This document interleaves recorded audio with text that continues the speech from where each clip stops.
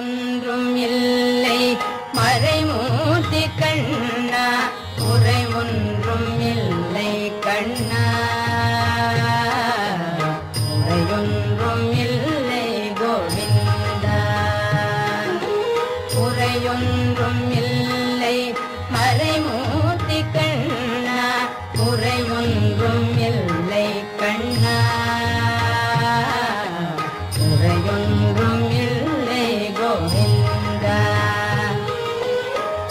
கண்ணுக்கு தெரியாமல் நிற்கின்றாய் கண்ணா, கண்ணுக்கு தெரியாமல் நின்றாலும் எனக்கு குறையொன்றும் இல்லை மறைமூர்த்தி கண்ணா.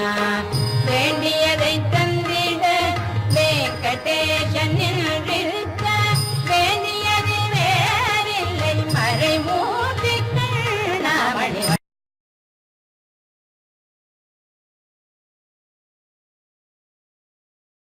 அதாவது 9வது நாள் அசுரி துர்க்கை.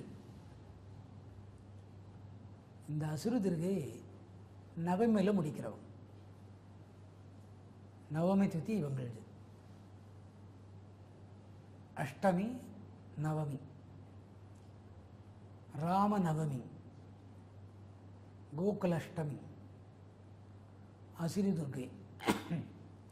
இப்போது முழு ஞானத்துக்கு 2 பேரும் தயாராகிட்டாங்க. பீஷ்மரும் தயாராகிட்டார், மகிஷாசுரனும் தயாராகிட்டாங்க, சபரி சாஸ்தா மோட்சம் கொடுக்கறதுக்கு தயார் பண்ணிட்டாங்க. அந்த துர்கை தான் இது. முக்கியமாக உணர்வோ உணர்ச்சிங்கிறது 2 இருக்குது. உணர்ச்சிங்கிறது கீழ்நிலை, உணர்வுங்கிறது மேல்நிலை.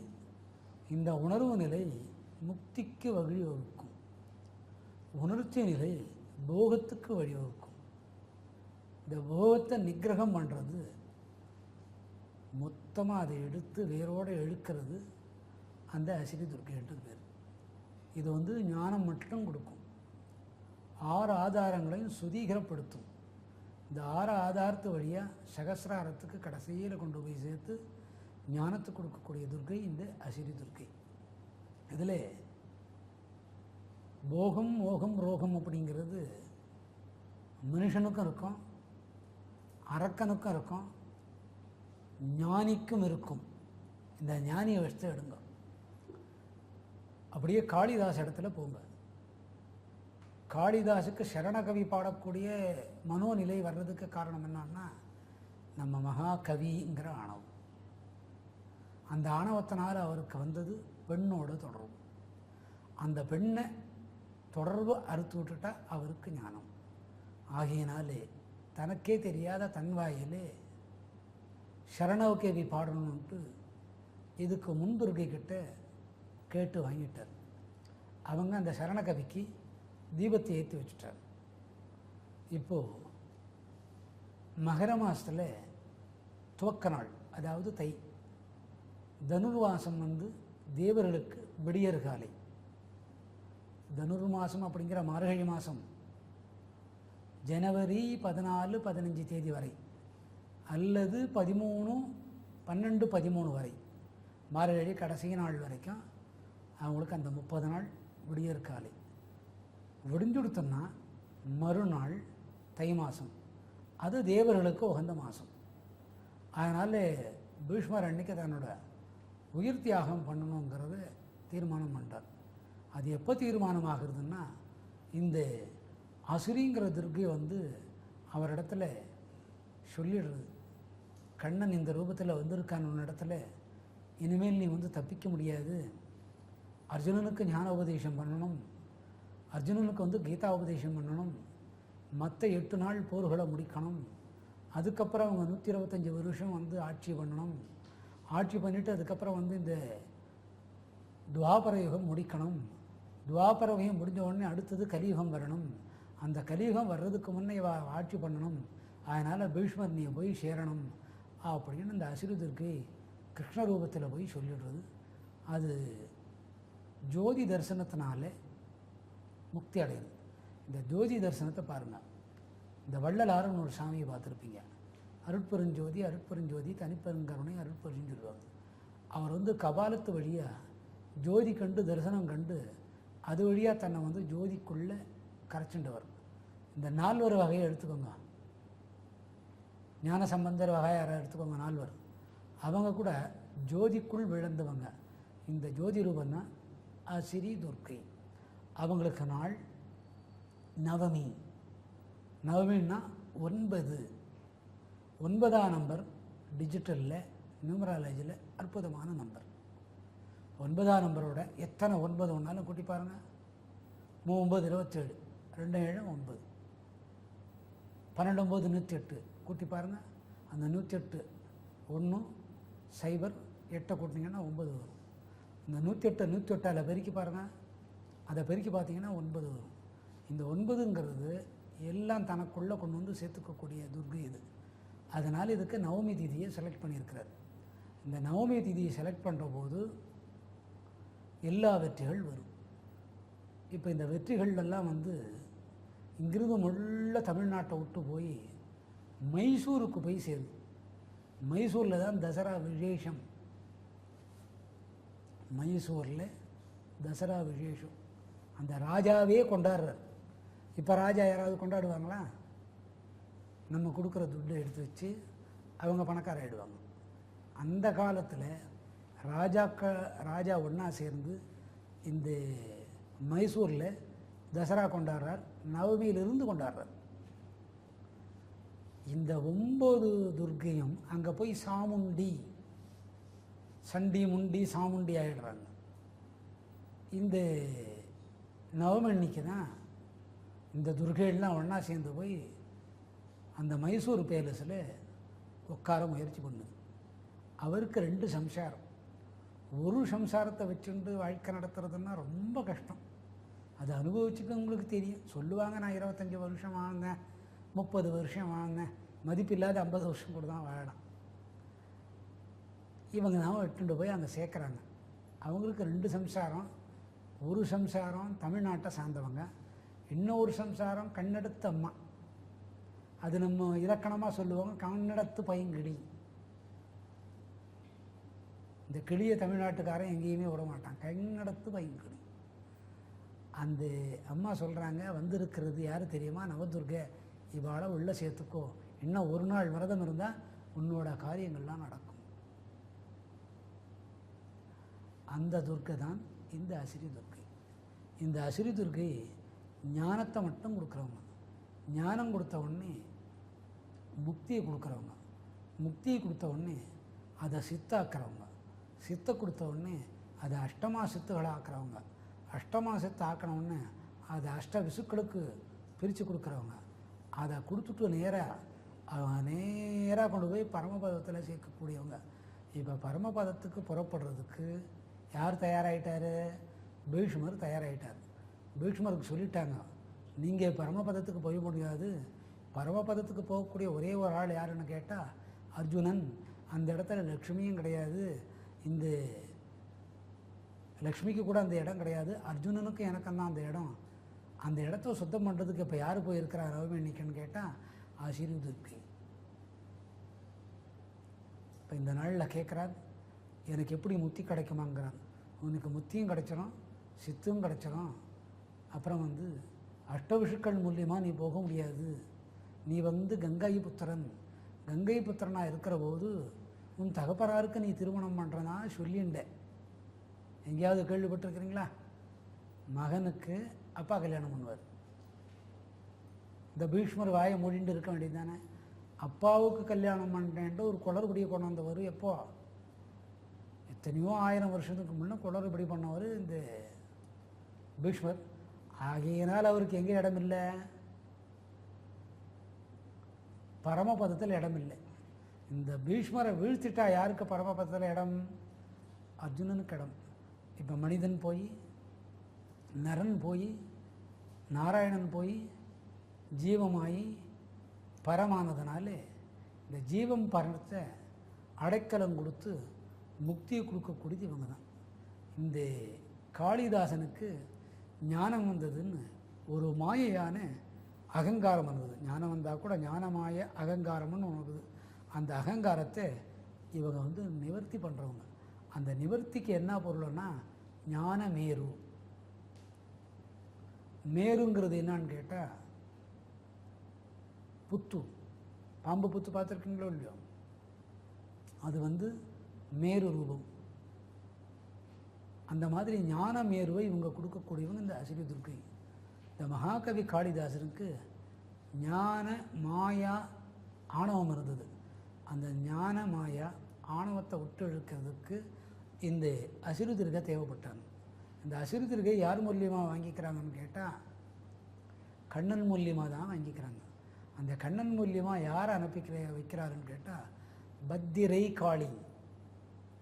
இந்த பத்திரை காளி யந்திரத்துக்குள்ளே அடங்கும், சிலைக்குள்ளே அடங்கும், அருவத்துக்குள்ளே அடங்கும். அருவம்னா உருவம் இல்லாது, உருவம்னா உருவம் உள்ளது. உருவமும் அருவமும் சேர்ந்து அருவுருவத்துக்குள்ளே அடங்கக்கூடியவங்க இந்த அசுரி துர்க்கை. இந்த அசுரி துர்க்கையை தொழுதால் ஆணவம்ங்கிறது விலகி போகும். ஞானமாயை ஆணவத்தை நீக்கக்கூடியவங்க. அதுக்கு என்ன தேவைன்னா அக்னியான மூலாதாரம் எழுந்துக்கணும். மூலாதாரம் எழுந்துக்கணும்னா வாசி சுத்தமாகணும். வாசிங்கிறது என்னன்னு கேட்டால் சிவா என்கிற எழுத்தை திருப்பி போட்டு பாருங்கள், வாசிங்கிறது வரும். வாசிங்கிறது என்னன்னு கேட்டால் பிரணயாமத்தை சுத்தி பண்ணுறதுன்னு அர்த்தம். பிரணயாம சுத்திங்கிறது என்னன்னு கேட்டால் மூச்சு காற்றை ரெகுலேட் பண்ணுறது அர்த்தம். ஒரு நாளைக்கு இத்தனாயிரம் மூச்சை வெளியே விடணும், இத்தனாயிரம் மூச்சு உள்ளே விடணுங்கிறது. நமக்கு 24,000 கிட்டத்தட்ட 24,000 சொச்சம் இதயத்தோட பீட் இருக்கும். அதில் 1-2 தவிரனா கூட ஏதோ ஒரு வியாதி இருக்குதுன்னு அர்த்தம். இத்தனை மூச்சு காற்று வெளியில் போகணும், இத்தனை மூச்சு காற்று உள்ளே வரணும், இத்தனை மூச்சு காற்று வெளியே போனதுக்கப்புறம் மரணம்னு இருக்குது. அதை சரி பண்ணுறது தான் பிரணயாமம். பிரணயாமம் அப்படிங்கிறது ஒரு மூக்கு துவாரத்து வழியாக உள்ளே இழுத்து சில நொடிகள் நிறுத்தி மறு துவாரத்து வழியாக வெளியே விடணும். மறுபடியும் வெளிவிட்ட துவாரத்து வழியாகவே உள்ளுக்கு இழுத்து கொஞ்ச நேரம் நிறுத்தி மறுபடியும் அடுத்த துவாரத்து வழியாக வெளியே விடணும். இதுக்கு பேர் பிரணயாமம். இந்த பிரணயாமத்தில் பிராணசுக்தின்னு ஒன்று இருக்குது. இந்த பிராணசுக்தியை பண்ணி கொடுக்கறது இந்த அசுர துர்க்கை. பிராணசுக்திங்கிறது 1 வருஷத்தில் ஆகும், 5 வருஷத்தில் ஆகும், 10 வருஷத்தில் ஆகும், 200 பிறவியில் ஆகும். யோகாவில் இல்லாததெல்லாம் வந்துடாது.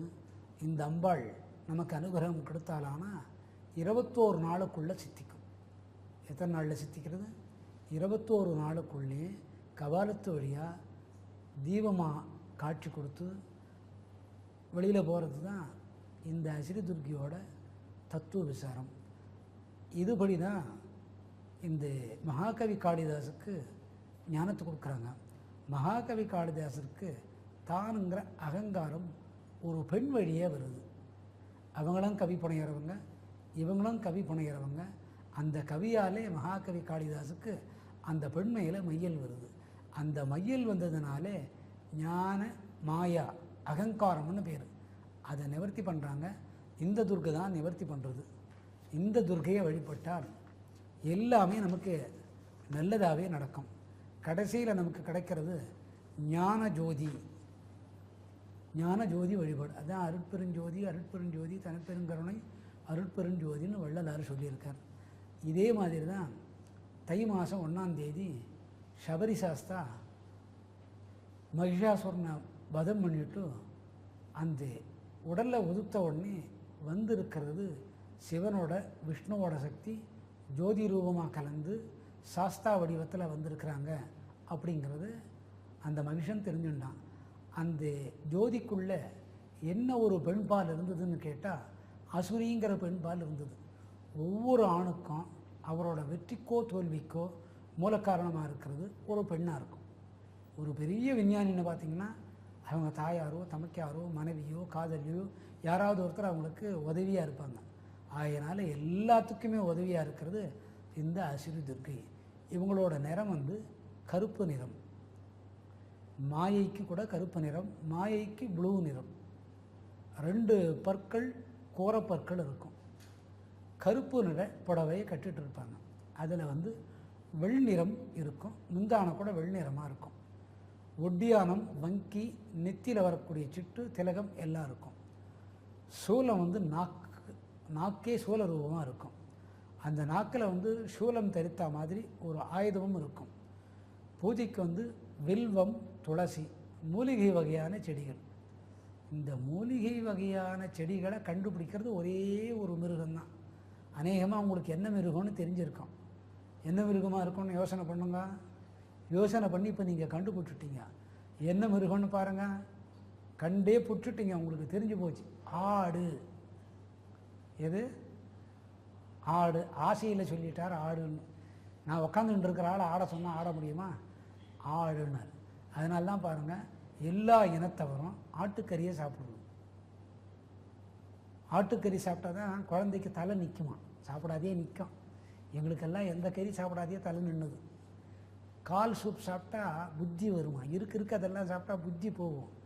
ஆனால் ஆடு ஒன்று தான் மூலிகைகளை கண்டுபிடிக்கிறது. ஆட்டு தலையை சாப்பிட்டா குழந்தைக்கு தலை நிற்குமா. மூளை இருக்காது உள்ள, தலை மட்டும் நிற்கும். அதனால் மூலிகை வஸ்து செடிகள் இவங்களுக்கு பிடிக்கும்.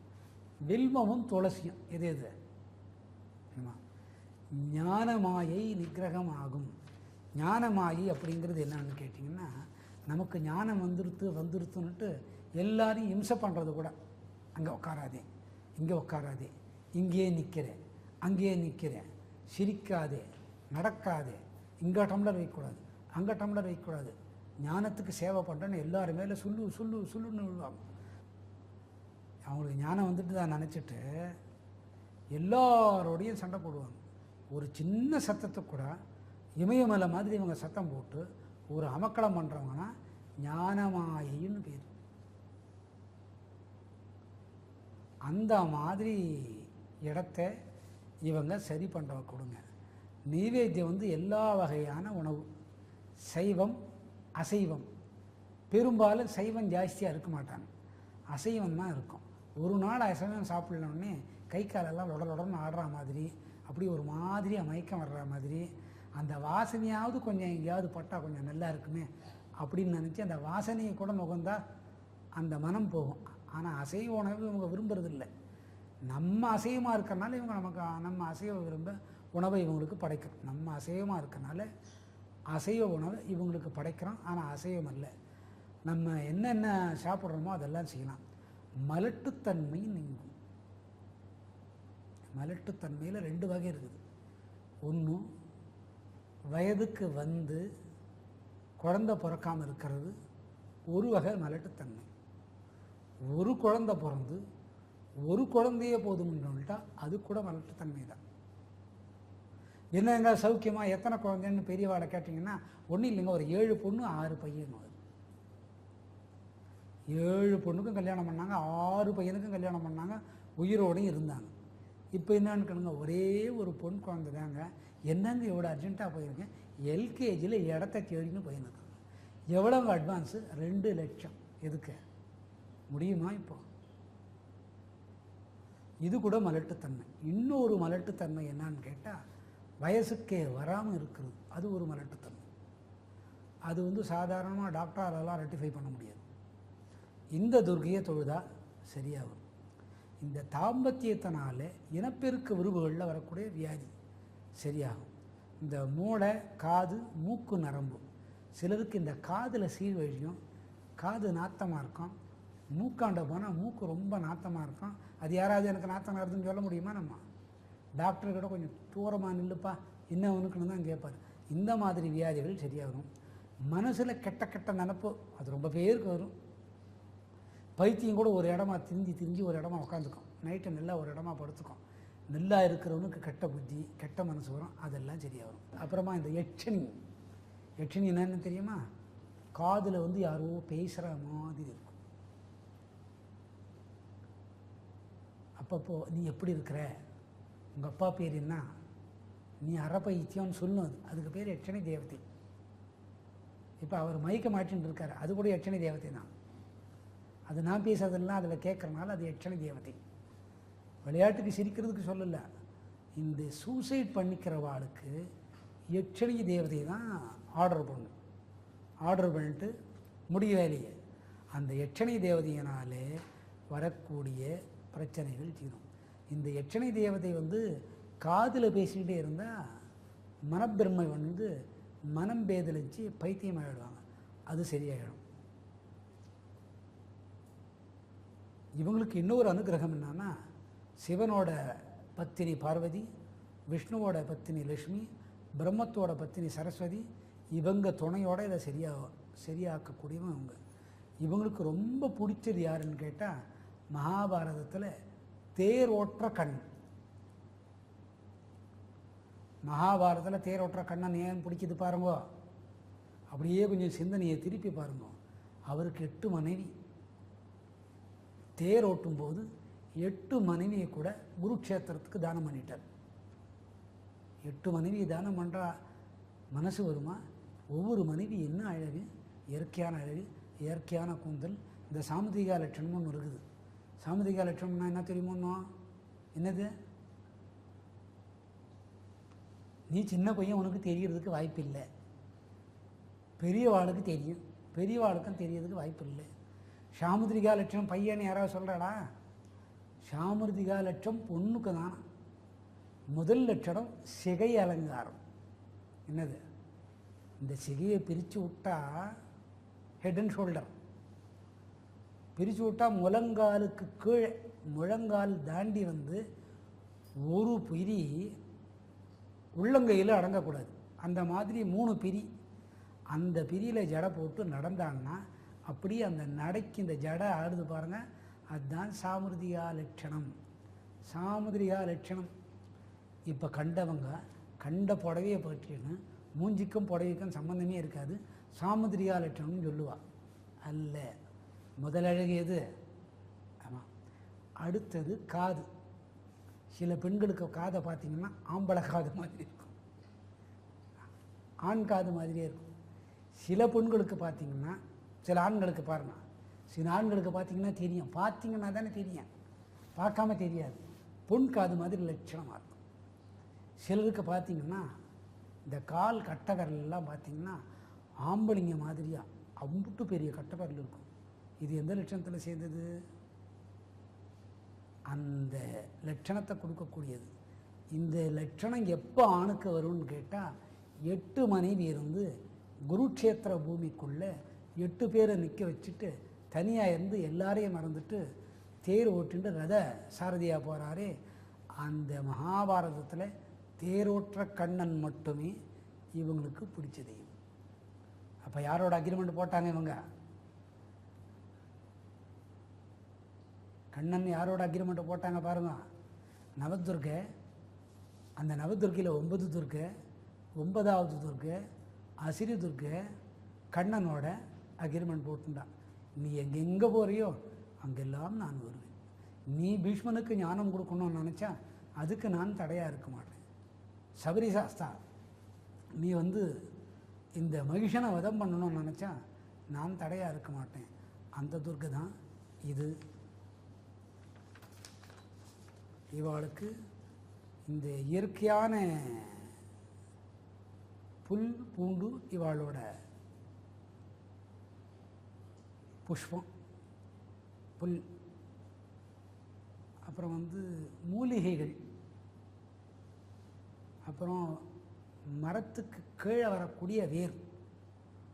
இந்த மரத்தில் வர்ற வேர்கள் சிலது வியாதியை தீக்கும்.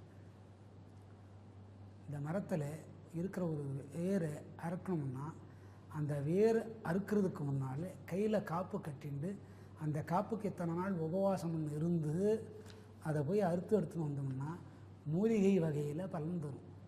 அந்த மாதிரி வேருக்குள்ளெல்லாம் உறைஞ்சிருக்கிறவங்க இந்த துர்க்கை. இந்த துர்க்கை வந்து 9ஆம் நாள் பெண்கள் தான் செய்யணும். விரத நேரம் 6 to 8. விரத நேரம் எது? 6 to 8. இது வந்து 9ஆம் நாள். இப்போ நீங்கள் 9 நாள் கொண்டாடிட்டீங்க. அடுத்த நாள் பாருங்கள், யார்? ஜெயதுர்கை. இப்போ இவங்கெல்லாம் எங்கே போய் சேர்ந்துட்டாங்க? மைசூர் பேலஸுக்கு போயிட்டாங்க. நாளைக்கு என்னவா மாறிடுறாங்க? ஷாமுண்டியாக மாறிடுறாங்க. அந்த ராஜாவோட அரண்மனைக்குள்ளே போய் இந்த 9 துர்க்கையும் ராஜாவோட அரண்மனைக்குள்ளே போகிறாங்க. அந்த ராஜா மக்களோட தன் அரண்மனையில் தான் இருந்து மக்களோட அம்பாளை வச்சுன்னு கும்பிட்ற நாள் தான் இந்த தசரா. இப்போது நம்ம யாராவது ஒரு ராஜா வீட்டுக்கு போய் கும்பிட முடியுமா? ராஜா நம்மளை வீட்டில் சேர்ப்பாரா? அவர் முதல்ல அசிரி துர்க்கியே சேர்க்க மாட்டார். நான் தாண்டா அசிரி துர்க்கேன்னா நீ என்னென்ன கொண்டு வந்து வச்சுருக்கிறியோ இதை வச்சுட்டு திரும்பி பார்க்காத மேமலைக்கு போயிடு அப்படின்னு சொல்லி ராஜாவே அனுப்பிச்சி விடுவார். இந்த துர்க்கை தான் இது அசிரி துர்க்கை. எல்லா ஞான விசார புத்திகளும் கொடுக்கும், எல்லாம் நல்லதாக நடக்கும், எல்லாம் நன்னா வேண்டிக்கோங்க. மாலை பொழுது 6 to 8 தான் இந்த துர்க்கைக்கு உச்சிதமானவன்.